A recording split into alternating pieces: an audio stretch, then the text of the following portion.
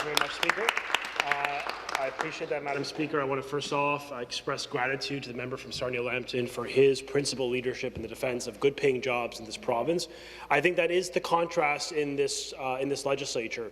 You know, our focus obviously is on the health and safety of Canadians, of Ontarians, but we also need to be forward-looking as a legislature. And I find it quite concerning that this isn't a position and a concern when it comes to the livelihood of thousands of Canadians in our own backyards. This isn't a priority for every single one of us. And so I do take exception when I hear the Leader of the Opposition, as I was just alerted to, sort of trivializing the importance of these jobs. These are not abstractions. These are not jobs somewhere else. These are jobs in our backyards, our neighbours and our friends, and they deserve our support every single day in this legislature.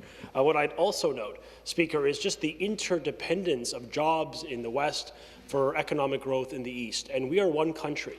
You know, that shouldn't be a hashtag for members opposite. It should be a realization as Canadians that our federation was conceived knowing that the interprovincial trade is critical.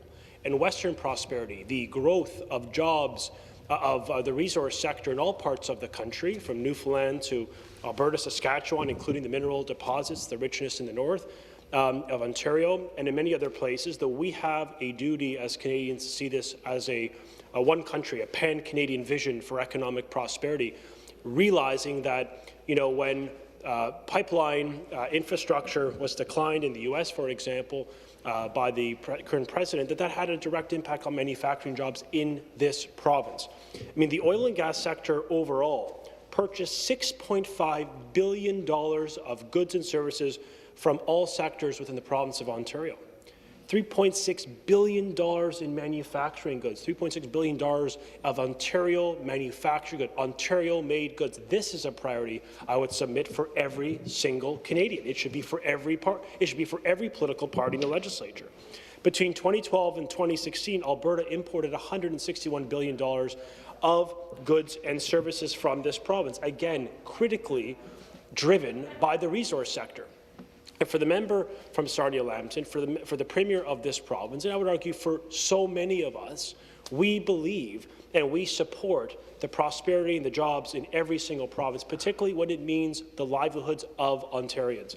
And I feel passionately about this, Speaker, realizing that Line 5, the decision made by the governor in Michigan, is one that I think undermines the principle of creating energy independence for the United States, which, you know, is vital to their national security, getting oil and gas, getting natural resources from a dependable ally that has been standing with the United States in the context of some of the greatest difficulties that have afflicted the world.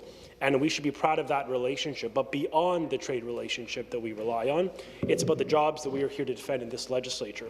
And while well-intentioned as the government may have been with the order of Line 5 closure, you simply cannot shut out 540,000 barrels of fossil fuels a day that plays a critical role in keeping our homes heated in the dead of winter and our economy moving as we look to recovery. The state of Michigan has ordered Enbridge to shut down Line 5 on May 12th of this year. That's just 11 weeks from now. It was built in 1953. It served our region safely for 70 years. And pipelines are obviously the safest way to transport essential fuels across ecologically sensitive areas. I mean, the alternative is rail, which we know in this country, the legacy of rail when it comes to moving infrastructure, particularly we think of the tragedy in Lac-Mégantic, and I was in Ottawa remembering so fondly and tragically that experience. The fact that pipeline infrastructure safely moves products east and west, north and south is a strength with a high rate of safety. And so, indeed, we know it's critical to our airport. It's critical to Pearson, which is an airport hub right in our backyard in the GTHA right here in the province of Ontario, sourcing fuel for Line 5 for decades. So I think the threat of Line 5, the closure that it would lead to, higher reliance on foreign sources of oil. And this is what I don't understand about how other political parties in this legislature, and I mean this, respectfully, we will disagree on principles. How could any person accept that getting oil, shipping in oil in the Straits of Montreal, in Halifax, in ports abroad, from some of the most egregious human rights abusers of the world, should displace Canadian-made oil, the highest ethical, labour and environmental standards literally on earth? I mean, the New Democrats of Alberta took that position, for crying out loud, and yet we could not have a consensus in this House on the imperative of defending an energy product with the highest ethical standards, with First Nation consultation, with labour and environmental regulation. This is something we should be proud of. You know, over the past decades, a dramatic reduction in GHGs per barrel has happened through innovation and partnership with the private sector. But the fact is, this is not a choice of, some altruistic, wind turbine versus Alberta oil or oil and gas, period. The choice is between the democratic nation of Canada producing it or a regime abroad that systematically abuses their own people, that has no regard for the environment, for labour, or for the Indigenous populations of their country. And that is a problem. That is a perverse reality of the choice, because it is binary. It is a democratic force for good in the world, or it is a tyrannical regime that has done nothing but good, that has advanced their own interests at the expense of others. And I think we all know where those regimes are, who they are. Why would anyone, the left or right, especially for political parties on the left that seem to have appropriated the priority of human rights promotion? I think that's something that Conservatives have done throughout our heritage. But nonetheless, for a party that professes to be that of human rights, how could we be buying oil from regimes abroad that have, just egregious human rights abuses against women, against the LGBTQ community, against so many minorities, including religious minorities, who are literally persecuted and ultimately ethnically cleansed by the very regimes that we're propping up by buying their oil? Shame on any province or country that does that. We should stand up for the values that this country, I believe, a multi-partisan reality of advancing democracy, human rights, and the rule of law.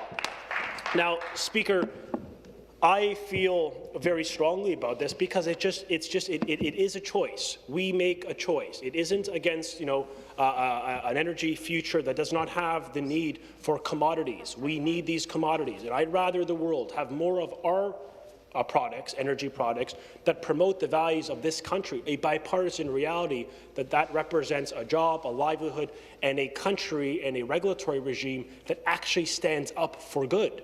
And I think that could be a truth that all parties should be able to own.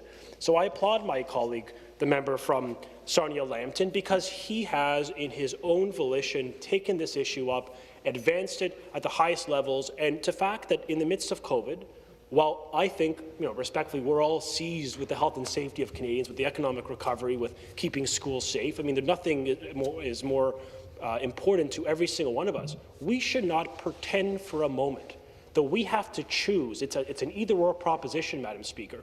We can protect the health and safety of every single man, woman, and child, and yes, we can defend the livelihoods that Canadians need to put food on the table. And that's what the member from Sarnia Lambton is doing. He's suggesting that we need to be a forward-looking government that is planning for an economic recovery, because in this party, in this government, we do see a recovery. We do see the potential and the positive of the vaccine and all that could bring when it comes to our broader economic recovery, and how that also supports mental health and so many other important imperatives for society, for an economy. But I commend the Premier for his leadership in raising this issue, making it clear to Governor Whitmer that her decision to shut down Line 5 will not just hurt a very important principled ally of Michigan, it will hurt her own residents, her own citizens and taxpayers. And for that, I say, Speaker, we need to continue to stand up for our energy, stand up for our jobs, and I continue to applaud and stand with the member from Sarnia Lambton for his leadership in this legislature and in this province. Thank you, Madam Speaker.